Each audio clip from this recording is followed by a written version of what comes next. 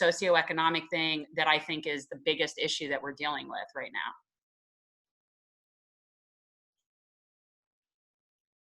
You're muted. Thanks again. Well, thanks for the introduction.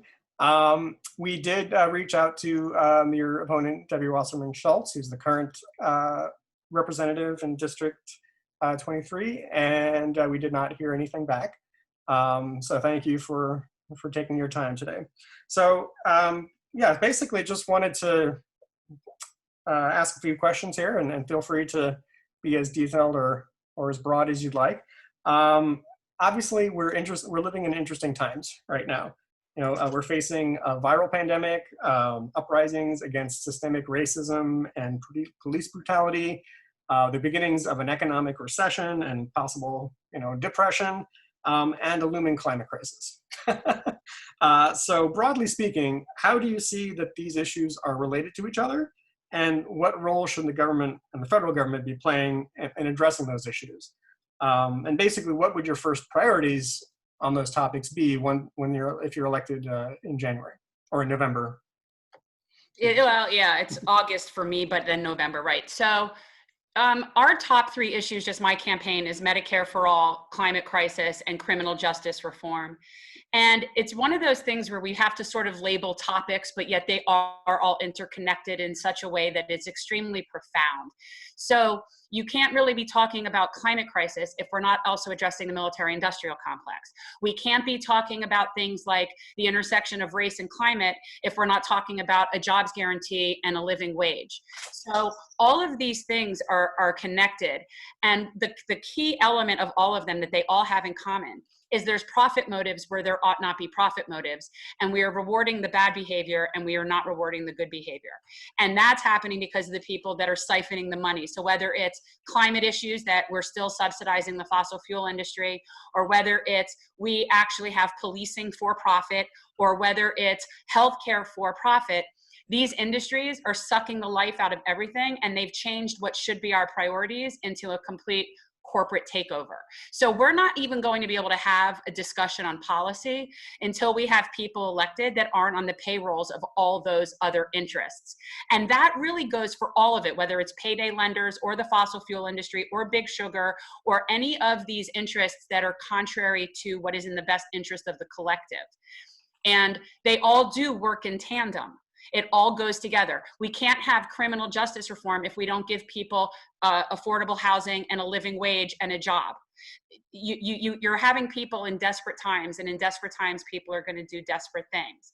And the climate crisis is just the cherry on top, right? That's just exacerbating it for everybody. But the most disenfranchised people exponentially get affected by everything, and climate crisis is no exception. So whether it's the complete gentrification of neighborhoods like Little Haiti because it's considered high ground, or if it's just that the infrastructure in our Black and brown communities gets the least amount of attention when it needs the most amount of attention.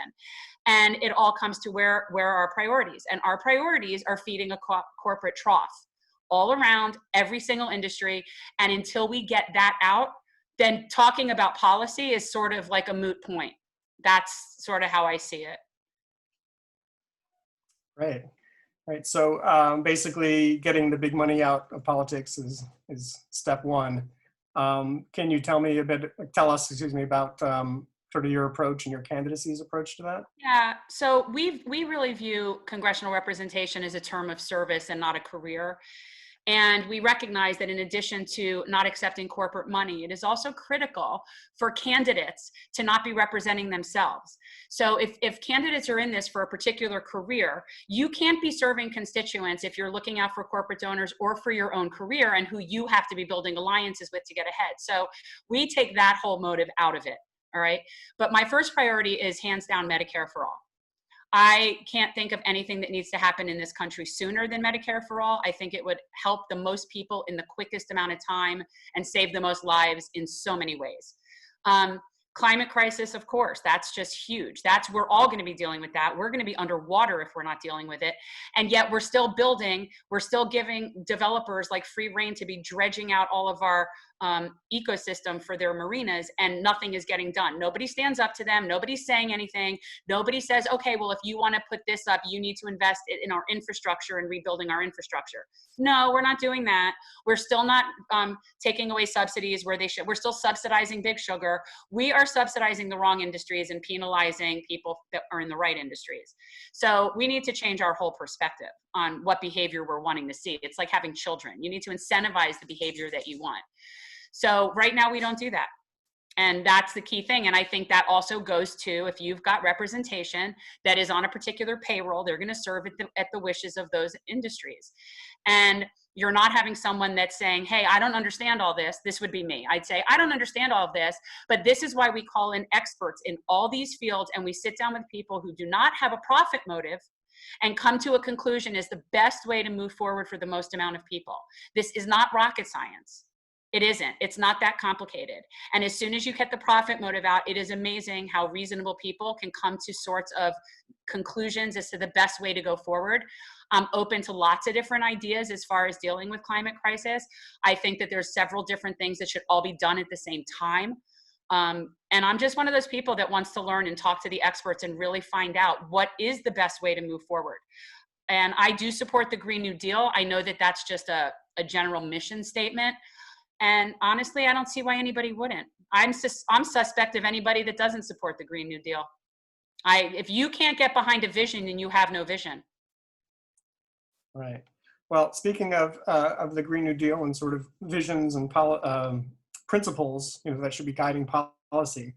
In response to the COVID pandemic, a broad coalition of community groups and nonprofits, including 350.org International, have called for a just recovery, which means including 5 principles that must be the bedrock of any COVID relief packages that are passed by Congress.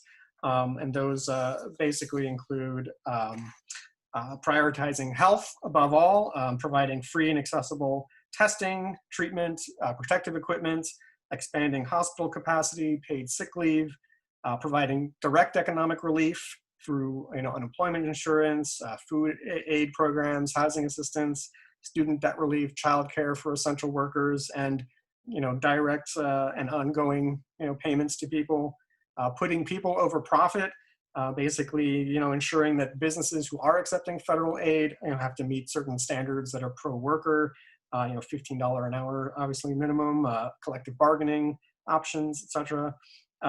For investing in a regenerative economy, meaning that we can prevent future crises by not providing bailout funds for fossil fuel companies, and rebuilding our physical and natural infrastructure.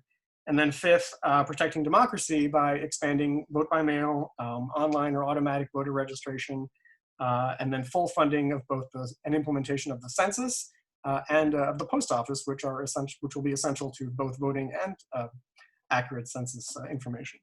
So I know that's a lot of policy points there, but where do you stand on those principles as a bedrock of future aid packages that may still be needed as this crisis continues? Yeah, I actually support, I want to say all of those. There were some details I might not, but in a general sense, regardless of COVID. So I believe that everybody has the right to healthcare. I believe that everybody has a right to a living wage. I believe that anybody working a 40-hour work week shouldn't be struggling to make ends meet. I support the idea of universal basic income. Obviously during a crisis, I would say that's something that you would want to increase. Like, let's assuming we had a UBI, that during a crisis, maybe you would want to increase that for people. I am not thrilled about the unemployment. I think we'd be infinitely better off covering subsidizing payrolls and doing much more what they did in the UK. So basically everything that you said almost sounds like in brand new Congress, our 21st century Bill of Rights. And essentially everybody is entitled to healthcare, housing, and employment at a living wage. These are just basic fundamentals of human decency. And this is what we're really striving for.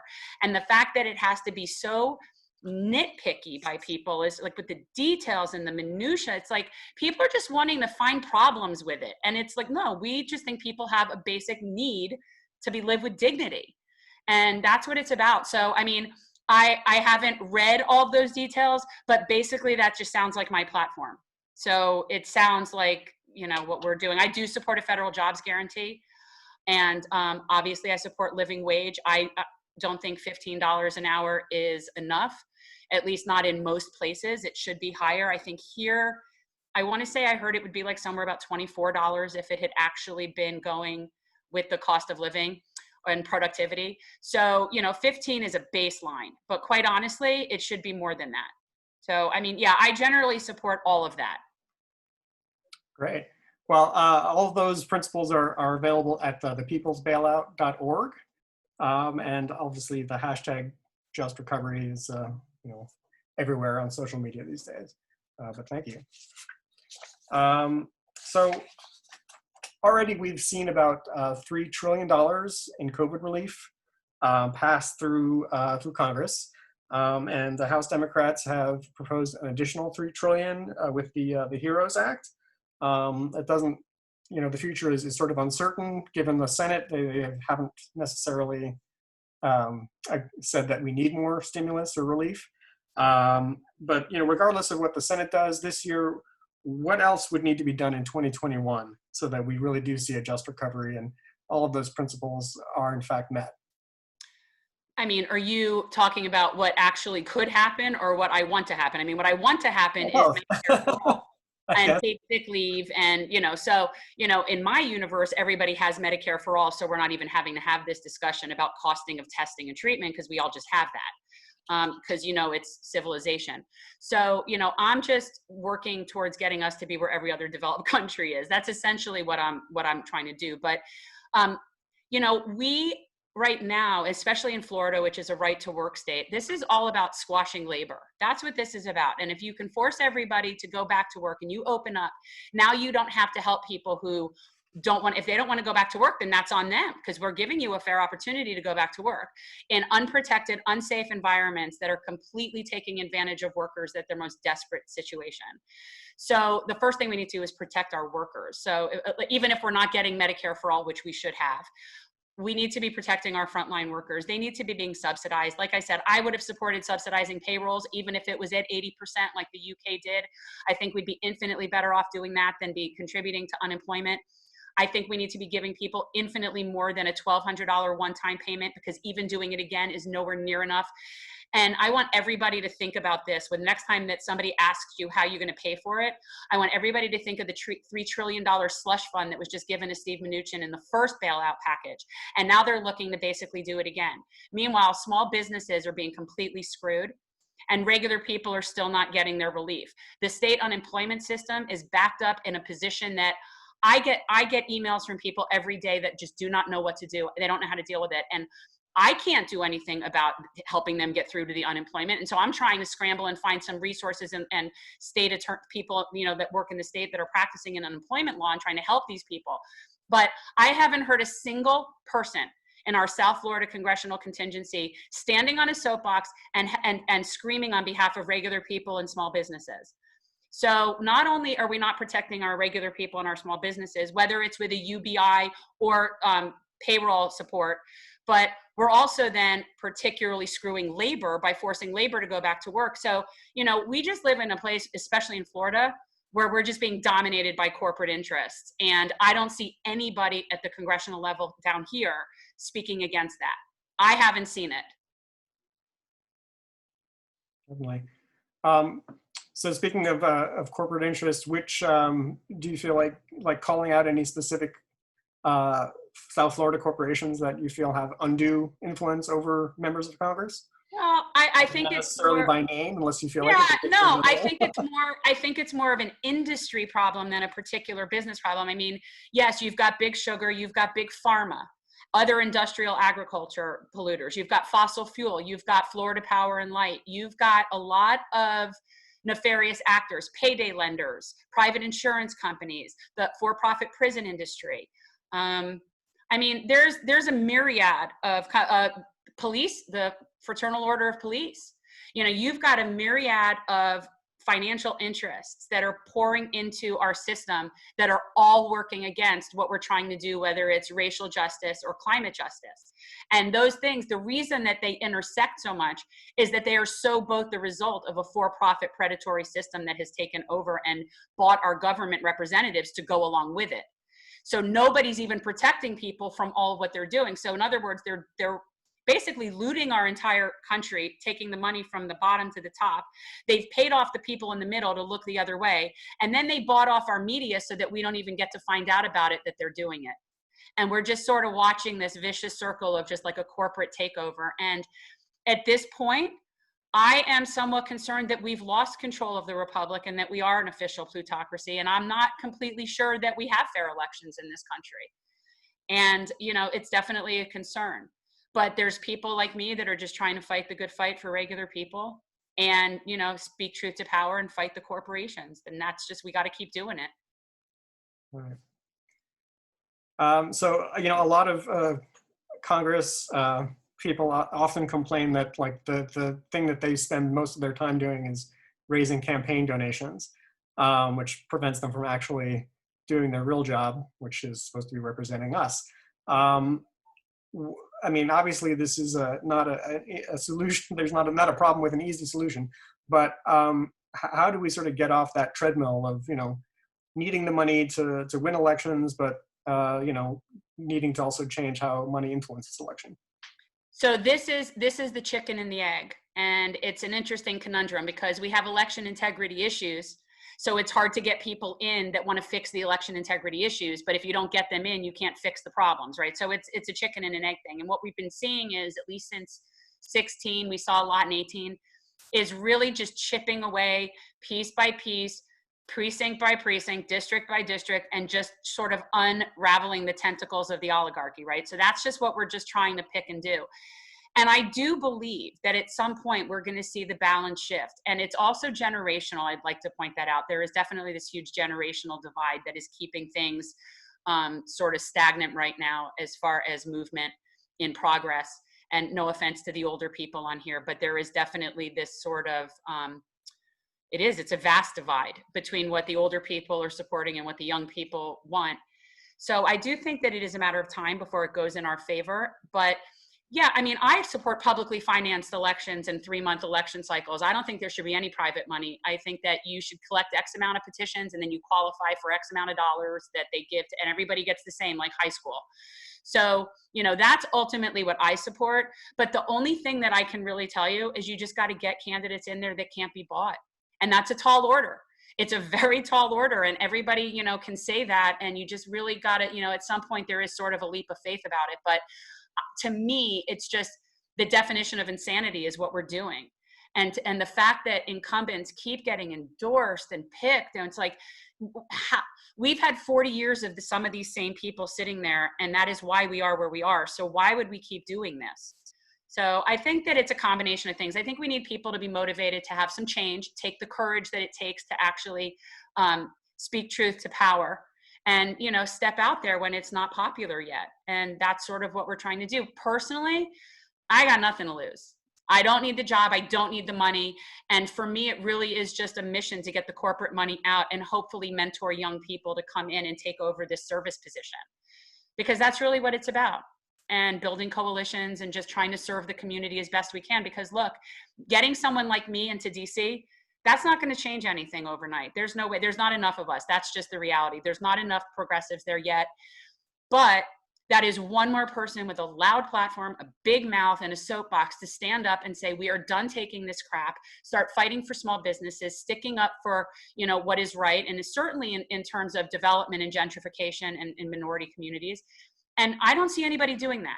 So it isn't, you're not going to get someone elected right now that's going to get into office and all of a sudden all these progressive policies are going to happen in the Green New Deal.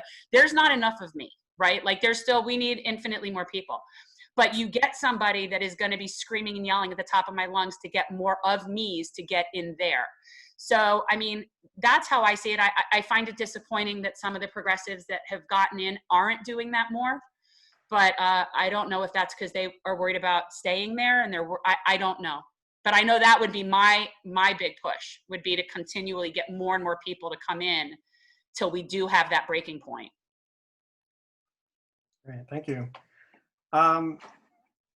So let's see, shifting to another ongoing crisis issue, which is systemic racism in America. A lot of environmental groups like 350.org have been standing in solidarity with social justice organizations and the Black Lives Matter movement, calling for a reallocation of funds from policing towards other community-based programs. That's sort of been collectively called the Defund the Police campaign. There's been some controversy about, what that really means, and basically, I would like to know what does that phrase mean to you?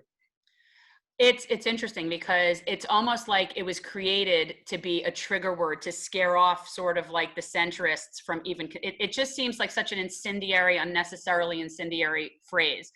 The police need to be completely demilitarized first and foremost. And when you talk about defunding, I think that the term is kind of, it makes it sound like it's an all or nothing proposition, and I don't think it needs to be. I do think there is a need for law enforcement in terms of investigating and closing the cases that they have sitting open. There are certain crimes like rape, burglary, that have such a low solve rate, such a low closing rate. Like that's the kind of stuff that I want my law enforcement doing. I want my law enforcement to actually be closing rape cases and investigating crimes that are legitimate crimes.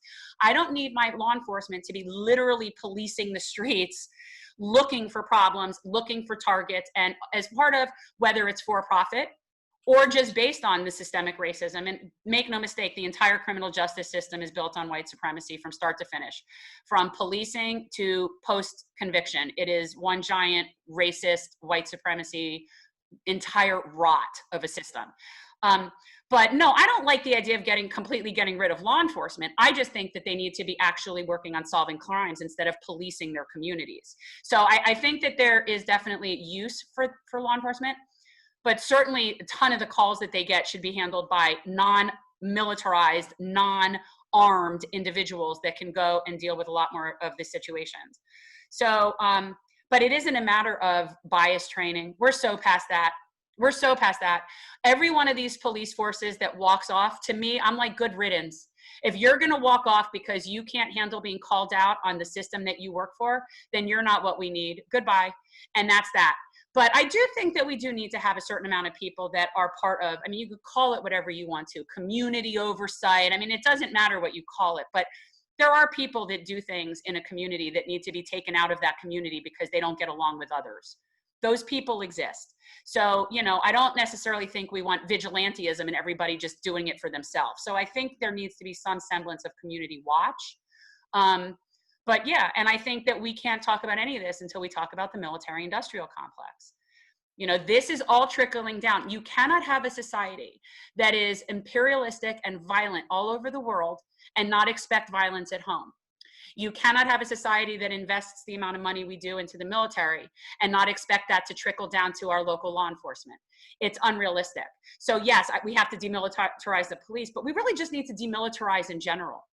These people are looking for fights. And when you find the kind of person that wants to go into law enforcement in the first place, and first of all, it's a very specific type of person. And there are good officers that want to protect and serve. Unfortunately, they're working in a rotten system. So it's almost like the officers that actually do want to speak up, they're the ones that get fired and penalized. So it isn't about the good officers. It's about the system. And it needs to be redone from start to finish. There is no amount of bias training that can fix this at this point, to me. Right.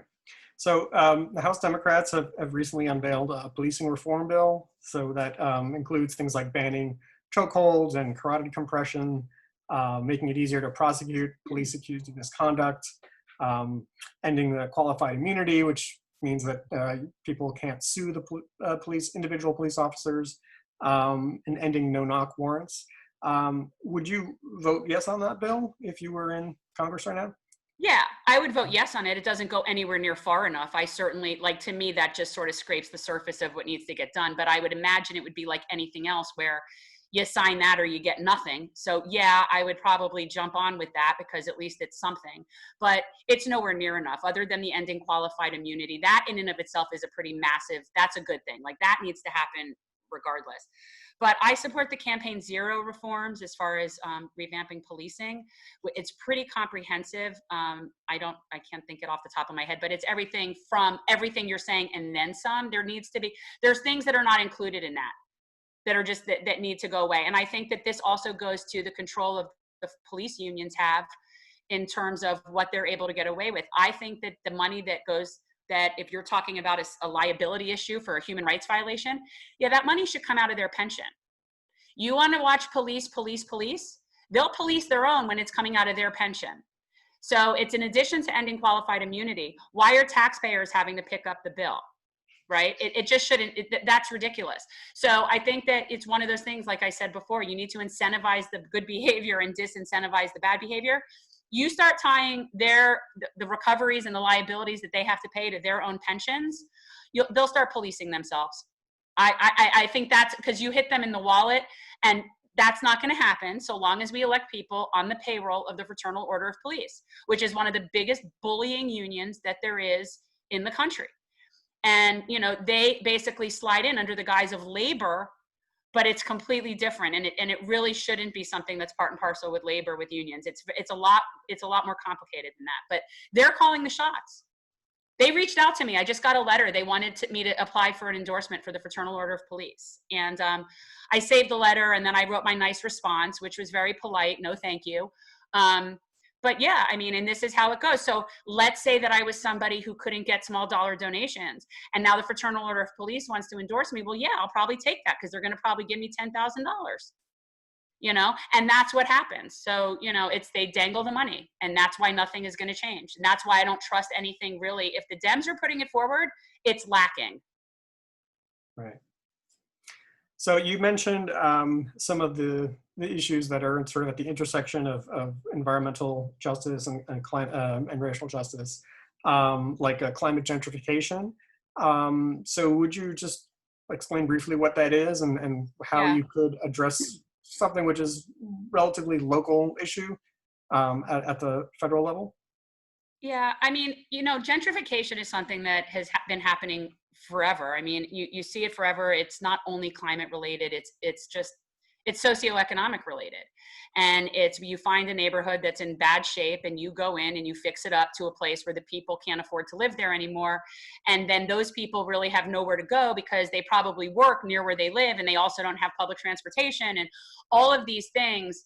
And that's really the intersection of where climate and race is it's adding one more factor to another reason to take advantage and disenfranchise people that are already vulnerable. So whether it's the people in Little Haiti, which is not my district per se, but the fact that they are high ground has now sparked all this new interest from developers and renewal, and they're going to put money in the area and whatever. Meanwhile, none of the people that were living there can now afford to stay there. So where do they go? Well, we still don't have low income housing. We don't have affordable housing in a lot of places that people can afford to live in because we also don't make a living wage. So all of the things that affect everybody affect Black and brown people more, and they're then further exacerbated by climate crisis. So when it's things like sea level rise and erosion and destruction of our infrastructure, it's not the communities in Weston that aren't getting answers when they're having problems with their drainage and their sewage and their pipes. Those people aren't having issues. But you start looking in places like East and maybe in places like Dania or in Hollywood where it's not as affluent, and those are the people whose infrastructure is going to crumble first. It's going to crumble first, and it's not going to get fixed first. It's going to get fixed last because those people don't have a voice because they are not being represented. They are not being represented as much as the developers and other profit interests, whether it's things that are against our interests for climate crisis, like big sugar coming in and getting subsidies so that they could poison our water and toxify our water. Well, it's the Black and brown communities that are going to have the hardest time getting clean water. So all of the things that affect us with climate crisis or just affect them tenfold or more. And that's really what it is. They're already vulnerable. They're already in a place. It's essentially like they're already figuratively underwater. And so when you add the climate crisis to it, whether it's hurricane season and how people that live in those communities are able to be prepared for storms, whether it's just in general sea level rise and they're not getting attention in their infrastructure, it's everything with that. And they're just the most neglected people all across the board.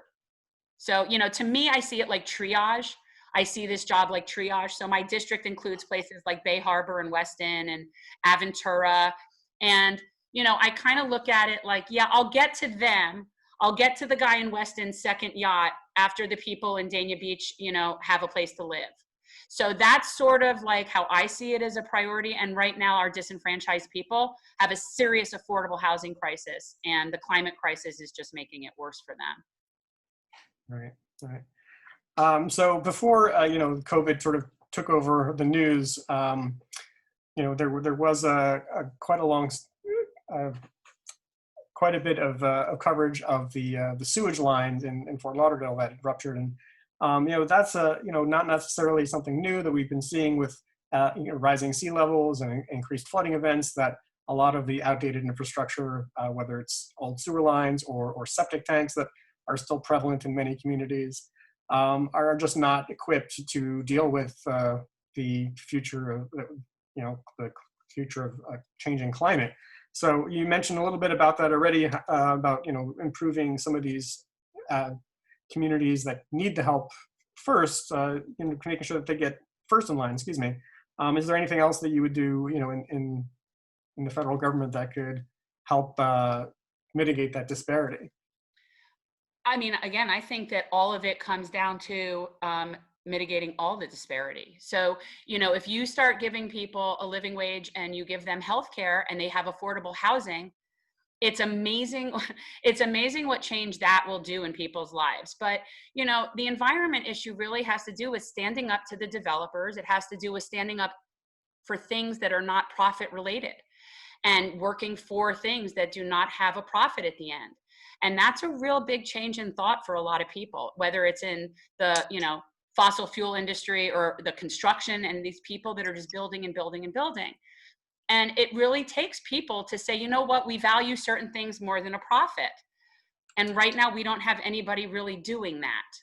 Not in a certain position, not at a higher level. I don't see it on the city commissions. I don't see it at the county commission. I don't see it anywhere where they're essentially saying, no, we're going to say no to all this development. We don't need to be making all this profit. We need to be looking out for what's in the best interest of our people that are here right now.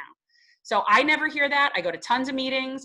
I don't hear anything. What I see are developers in cahoots with commissioners and building and dredging and putting in yacht marinas and all these things that are benefiting their rich friends.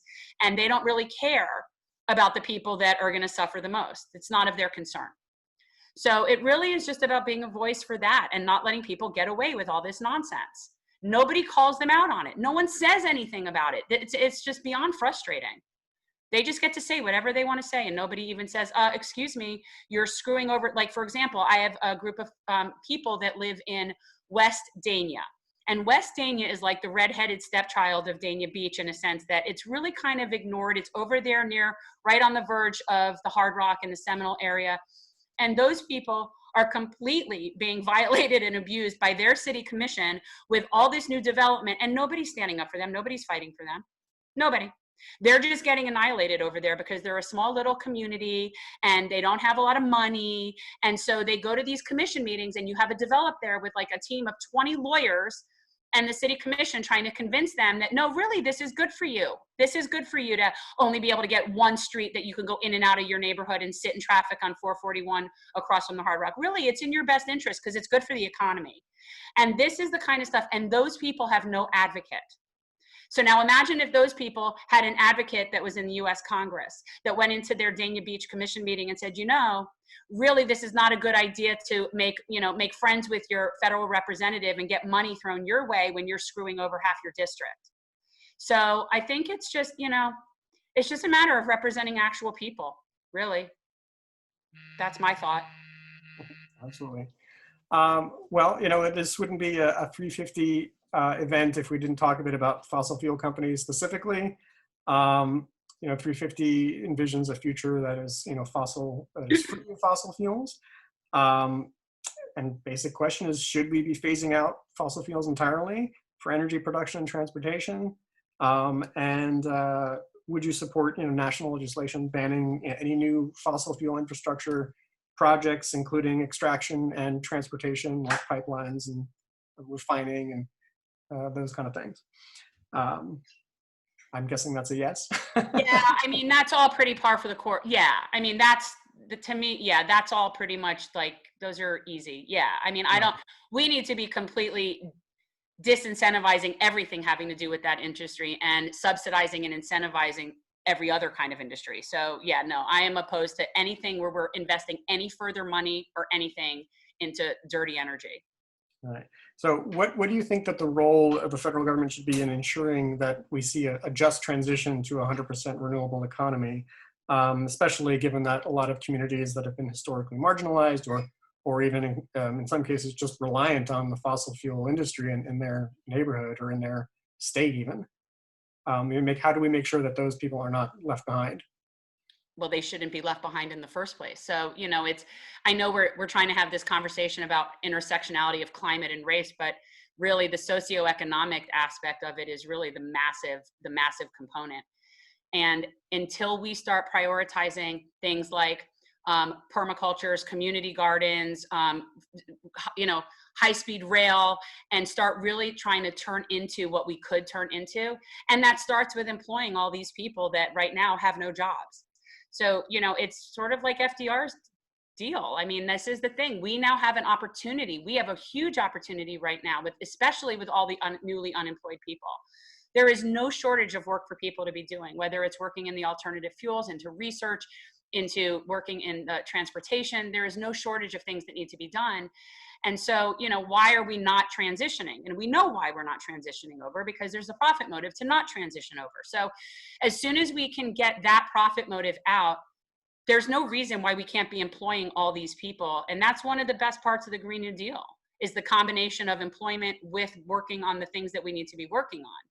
And instead, we're still subsidizing the guys that are poisoning us. And places like Flint still don't have clean water, which is absurd. And, this is priorities. That's all it is. It's priorities. We have the resources, we have the capability, we have the knowledge, we have everything we need. We just don't have the priorities straight. And that's what we're trying to change. Right. Excellent. So as far as the Green New Deal goes, obviously a lot of the principles of the just recovery include many of the principles of the Green New Deal.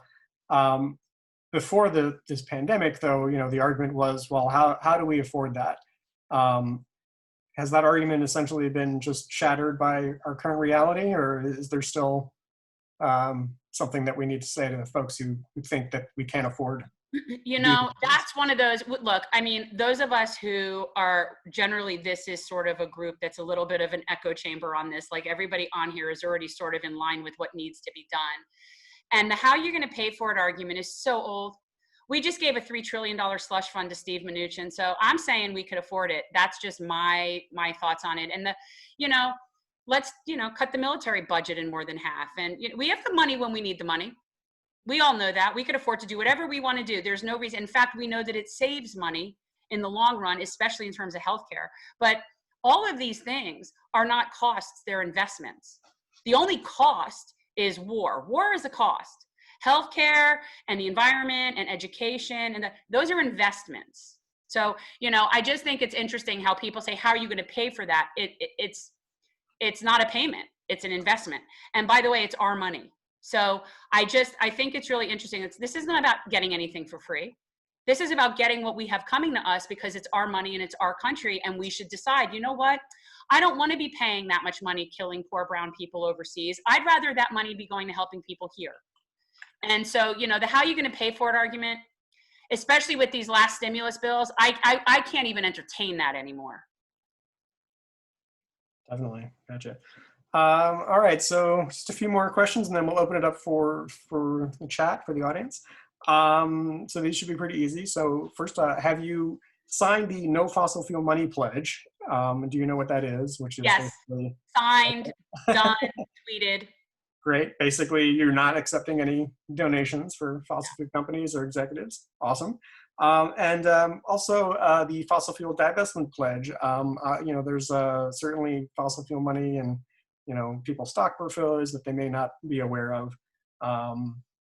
They're not giving me anything, I assure you. Right. I've gotten nothing from those people. So there's maybe 2 people in my entire donation list that even has a stock portfolio. So I'm not thinking that. Fantastic. Well, I'm just going to post the fossil fuel money thing on the website in case folks want to check it out.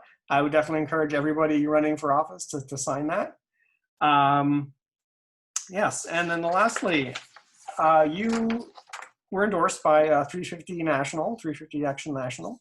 And what made you interested in seeking that endorsement? And what does it mean as a candidate to have received it? It's great. It's one of my favorite endorsements. Now, you know what? All of the groups that are groups that I think are doing good work, and groups that I think are fighting the good fight, and groups that are on my same team, it always feels good to have that. It's somewhat validating.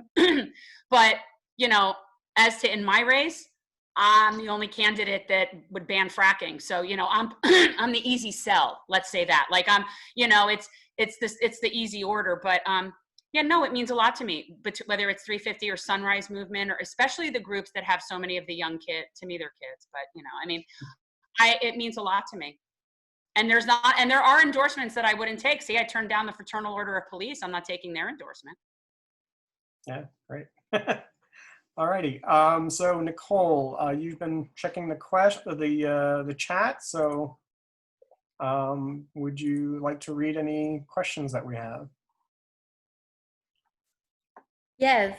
Thank you all very much. Thank you, Jen, for sharing, answering all those questions and sharing your political platform.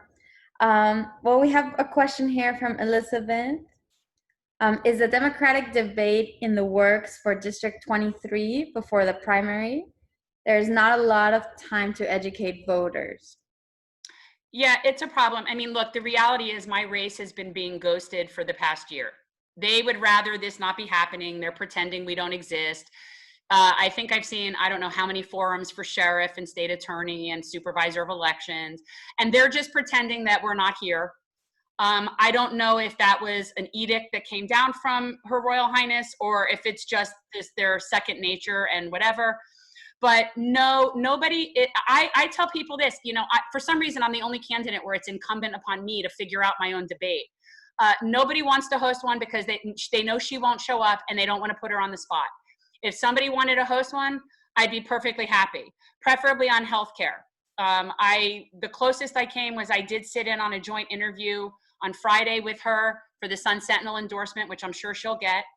And it was the closest I'd ever come to a debate with her. And yeah, I'd be very happy to debate her. She won't. You know, she really won't. She can't. And so her goal is to just sort of pretend that I don't exist. And that's really what she's doing. And if she gave me credence, then that would be not pretending I don't exist. So she has no intention of entertaining this.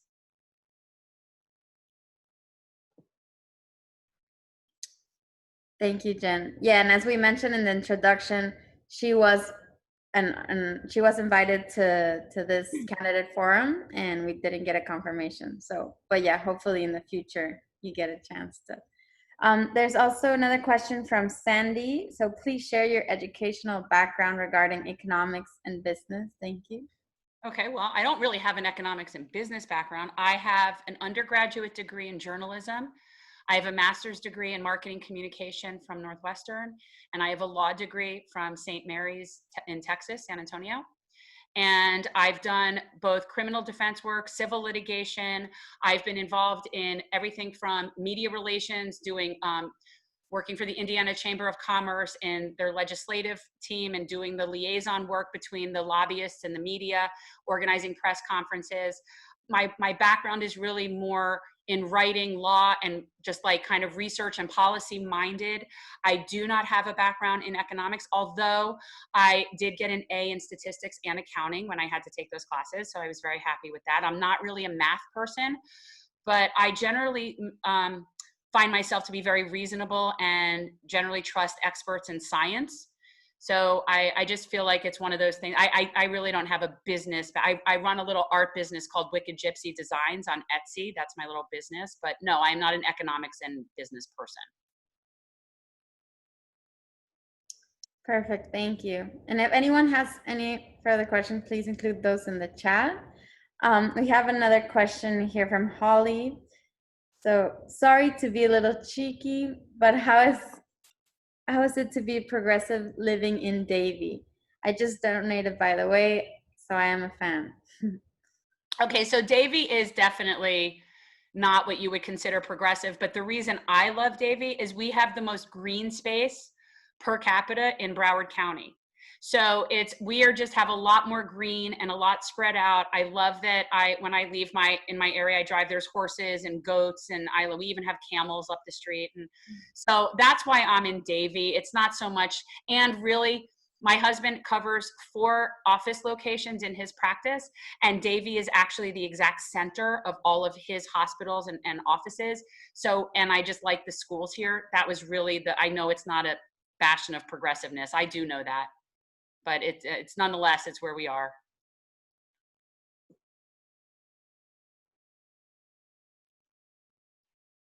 Thank you. Another question from Elizabeth. In regards to the vulnerability of our electronic voting system, a lot of candidates and organizations, even progressive organizations, are hesitant to even talk about it. We can't change anything if we can't verify the vote count. How would you like to see us address election security? It's funny that she asked that. I had Perry Busby was on my live stream last night, and we were literally just talking about the election integrity issue. You know, this is one of those things that we all know is there. We all want to be perfect, and yet I don't think anybody truly has the power right now to do anything about it, so long as the machines are proprietary and they're withholding our access to the data. And that's really what we were talking about last night. The issue isn't that they have the proprietary ownership of the applications and the software. The problem is they're not sharing the raw data, and that really is something that's ours and we should be able to have, and that's something we should be demanding as far as transparency. You know, I'm hopeful that, at least in my particular case, that the fact that the new SOE isn't best friends with the person I'm running against, that's at least a step in the right direction. I wish I had more confidence in it. I mean, look, I'd much rather have hand-counted paper ballots. I really would. And that would be what I would want to transition to. But I also, again, I support publicly financed elections. I also support ranked choice voting. So I think there's a lot of things we need to be doing. Unfortunately, a lot of that, as you know, is a state issue and isn't really something that we deal with in terms of the elections. But I think the whole system is ridiculous. I think it needs to be completely universalized, hand-counted paper ballots, and you know, that's what I want to work toward. But again, we have a profit motive in that system. So now you've got the people at the top of the state that say, oh, my friends can make some money because they run the systems that count and count the ballots, and we scan the things. And then I come to find out that they don't even save they save the paper ballots, but that's not what they even use for if there is a recount. Even with a recount, they're only using the scanned images from those paper ballots, which doesn't make any sense whatsoever, because you're going to get the same thing if you're counting it the exact same way. So yeah, I mean, we need to mandate counting paper ballots. That's what I support. Thank you. We have a question from I. Canning. Question about white supremacy. You got to be more specific. What about it? I mean, you know, where do I go with that? Okay, Jennifer, you are a white woman, you are Jewish, you should know what white supremacy means. I know what white supremacy means. I just don't know how to answer the what's the context of the question? I mean, well, the context of the question is, let me put it in context of a brief context of when I came to this country. This country was very nice, very good. I'm Cuban American, 1962. The country was very good. It helped people, well, especially you were white. The country was very nice. Now, things have changed dramatically since then. And to me, the essence of that change has been the preponderance of white supremacy. And if we continue on this road, we either go into something close to Nazism, or the country is going to be devastated by a civil war, because some people, we already have the experience of what happened in Germany, so we know that we need to fight back. We need to fight back whatever these people are coming with. You being Congress, you're going to be in a position to to be able to make decisions that will affect the whole country, and how do you see? Because I know my feeling from knowing you for a while already is that you get it, and I'm sure that you have thought about this. How do you believe how can people work towards fighting white supremacy in a meaningful way? I think that this goes to what I was talking about before in terms of this concept of triage. You know, when you help your most vulnerable and disenfranchised communities so that they're not the most vulnerable and disenfranchised, that's a huge step in the right direction. I mean, you know, right now you have people that have no jobs, nowhere to go. They don't have affordable housing. It's very easy for people who are desperate to be easily sort of swayed into blaming the other and fighting amongst ourselves. That race was always sort of a design to keep the worker bees all fighting amongst themselves so that the people at the top don't have to share any of what they have. And it's just become so systemic. I mean, our entire country is built on white supremacy and genocide. And it's not something that you can just undo by a few Band-Aid policies, which is what's been happening over time. You get people in office like, we'll form a task force and we'll change the name of this and we'll fix this holiday. But you still have people that have no jobs, no health care, and they have no means of establishing any sort of infrastructure or generational wealth. And that's what keeps communities completely disenfranchised. We don't invest in them in a way that's meaningful. So whether it's, I mean, I support reparations, that's first and foremost. But, you know, the white supremacy thing is being fanned like flames right now because it's just such a good distraction to keep everybody fighting and to keep it based on things like tearing down statues and riots in the streets and all of these things. But what's really happening are these bills behind the scenes that are siphoning all of our money to the top 1% that are now getting richer during this than they've been in forever. And all the while, our poor and disenfranchised people are still getting nothing. So it really has to do with when you start making these infrastructure and societal economic changes, it's gonna, just like the problems most negatively impact disenfranchised communities, the solutions will most exponentially help disenfranchised communities. These communities need things like, you know, supermarkets. They need things like access to healthy food, not junk food. These are food deserts to the nth degree. And, you know, when you have, right now we're talking about white supremacy predominantly from a policing perspective, which is very important. And it is definitely what is the most notable right now that we're really seeing.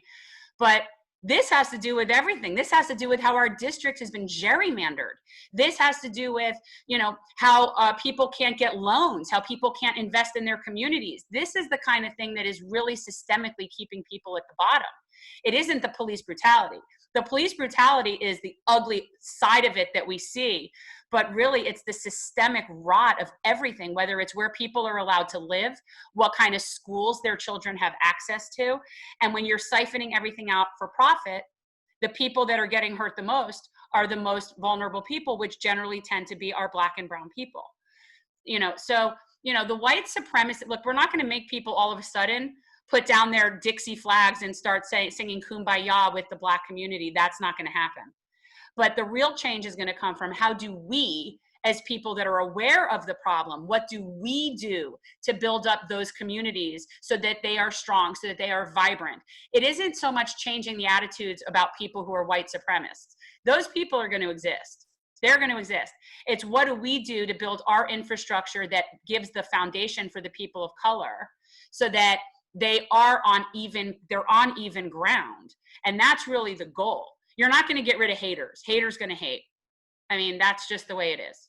But I don't want to see people paying lip service to this and kneeling in a Kenzie cloth and tearing down a monument and worrying about all this political correct stuff, but they're still not getting to the root of what causes institutional racism and poverty.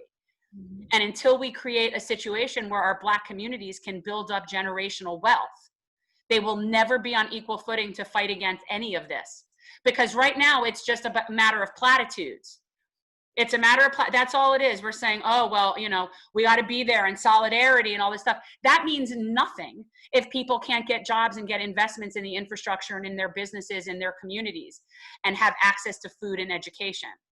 So, you know, systemic racism to me is so much more needs to be dealt with on a deep economic level. And that's the reason I support reparations, because and it isn't about personal checks.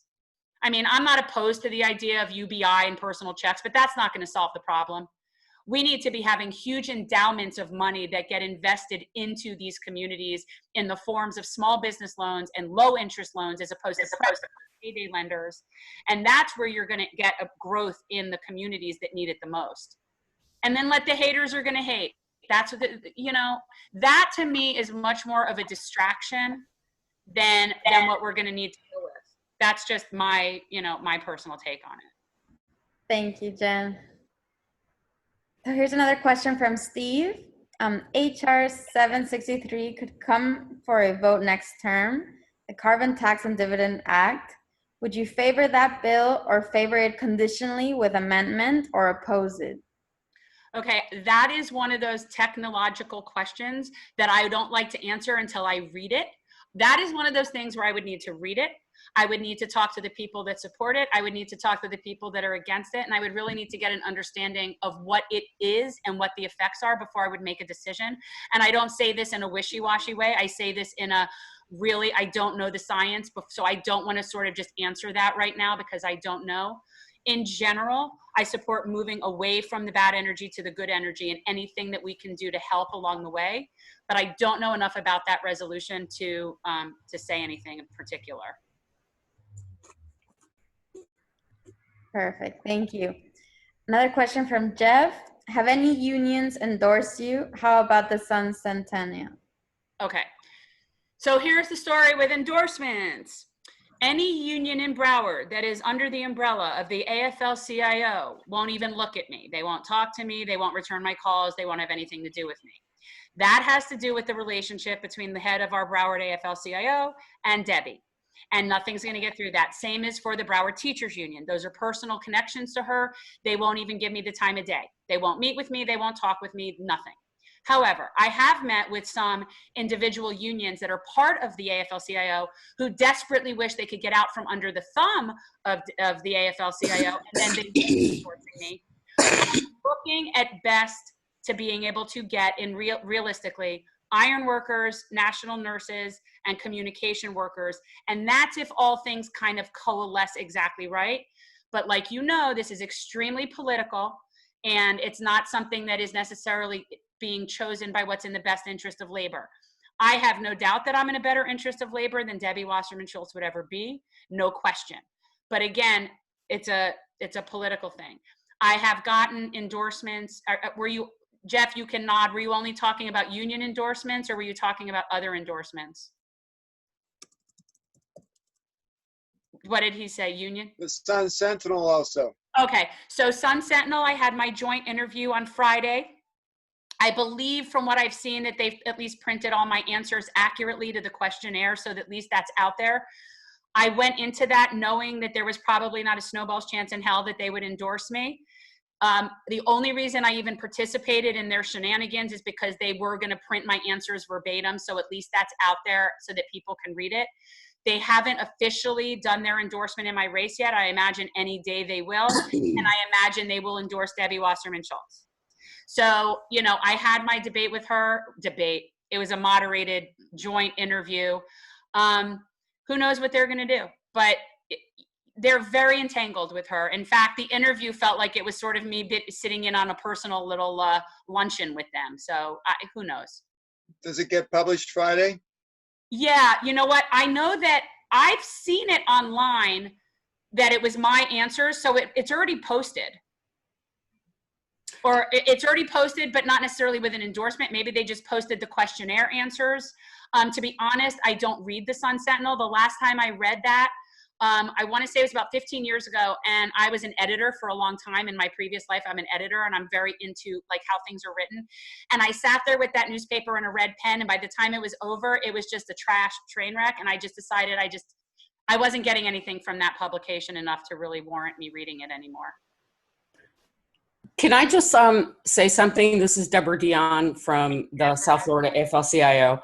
I just want to say that I think Jen has a lot of, even though the Broward AFL-CIO is not going to endorse her, I think that she has a lot of appeal with rank and file members, and that's what Jen is going to concentrate on. So, it's the rank and file members that go and vote in these elections. So, thank you. Yeah, Deborah also is my operations manager and makes sure that everybody gets paid and things happen like magically. It's amazing.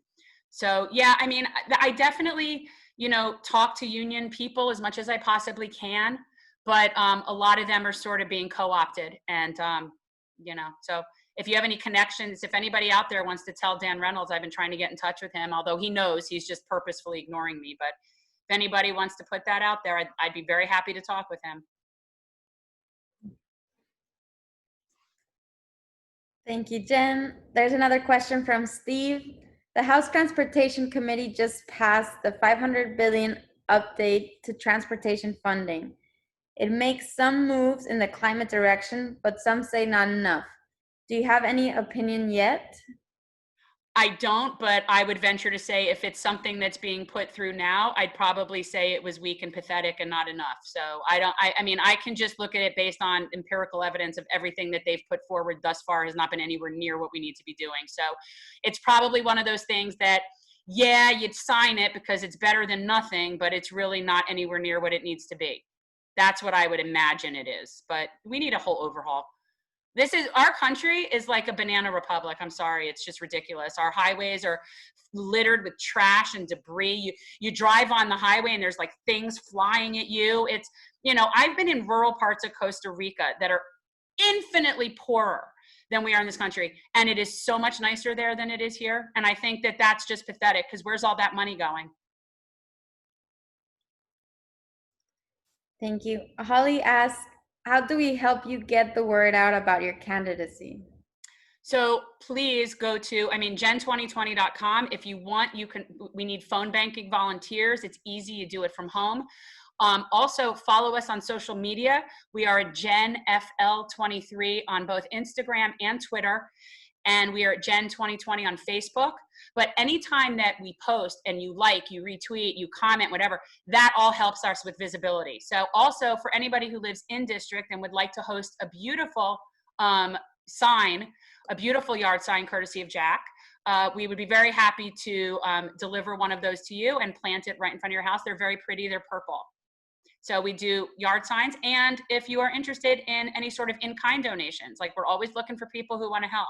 We can always use videographers. We could always use some graphics help. We can, there are so many ways to help, but yeah, spread the word for sure.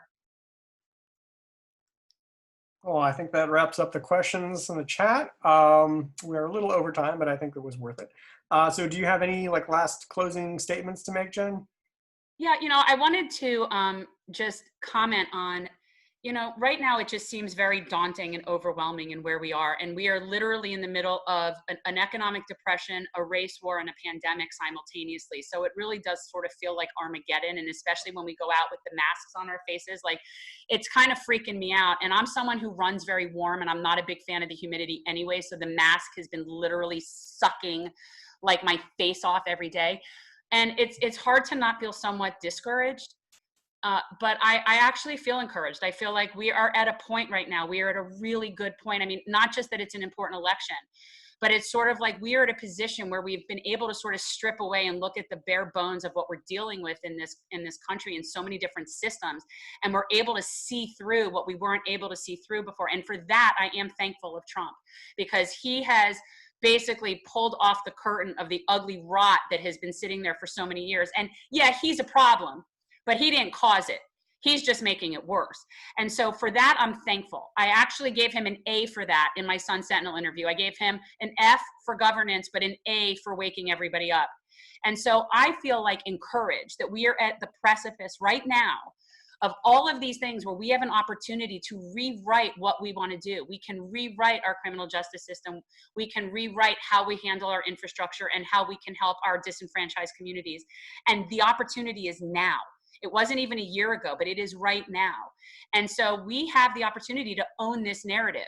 This is our narrative, because nobody's going to come now and say, oh, we're doing great, it's fine. No, it's not. It hasn't been. We've all known that for a long time, and now everyone else is seeing it. So I just think it's an opportunity for everybody here, whether our issues are climate, criminal justice, white supremacy. we are at the base bottom now where we can really kind of work forward and build something. And I'm very thankful that you guys are doing this, that you had me on here, this kind of work. Everybody on here, at least that I can see, I think for the most part are people that I know from, that are just people that are warriors and working in so many different ways to make things better. And I'm very humbled and I'm very honored to participate in that in any capacity. So if I get there and then I'm stuck with somebody saying, what do you think about this bill? I'm going to get on one of these calls with all of you guys and say, what do we think about this bill? And how should I vote on this? And what are your thoughts? And so really, I'm going to defer to you guys as that sort of resource as to how to do it, as opposed to me telling you how to do it. And that's really what I'm trying to do here, is just be that voice. Excellent. Well, thank you so much for taking the time with us, Jen. I really appreciate all of your thoughtful and insightful comments. And yes, just a reminder, please everybody like our 350 South Florida Facebook and Twitter pages, and follow us on Instagram. Also, we do have a webpage for, I guess, those who are still inclined in that respect. We are going to be having another forum tomorrow with District 24, featuring Sakina Latola, and hopefully many other candidates as well in the future. So please stay tuned, this same channel, so to speak. Thank you guys so much. All right. So thanks again. Do I just leave? Am I done? I guess we You can. good? I can go? All right. Thank you. Thank you, guys. Thank you. And this has been shared live on Facebook, and it will be public on our YouTube channel. Thank you all for joining. Thank you, Jen. Thank you, guys. No problem. Okay, bye-bye. Thank you, Eric.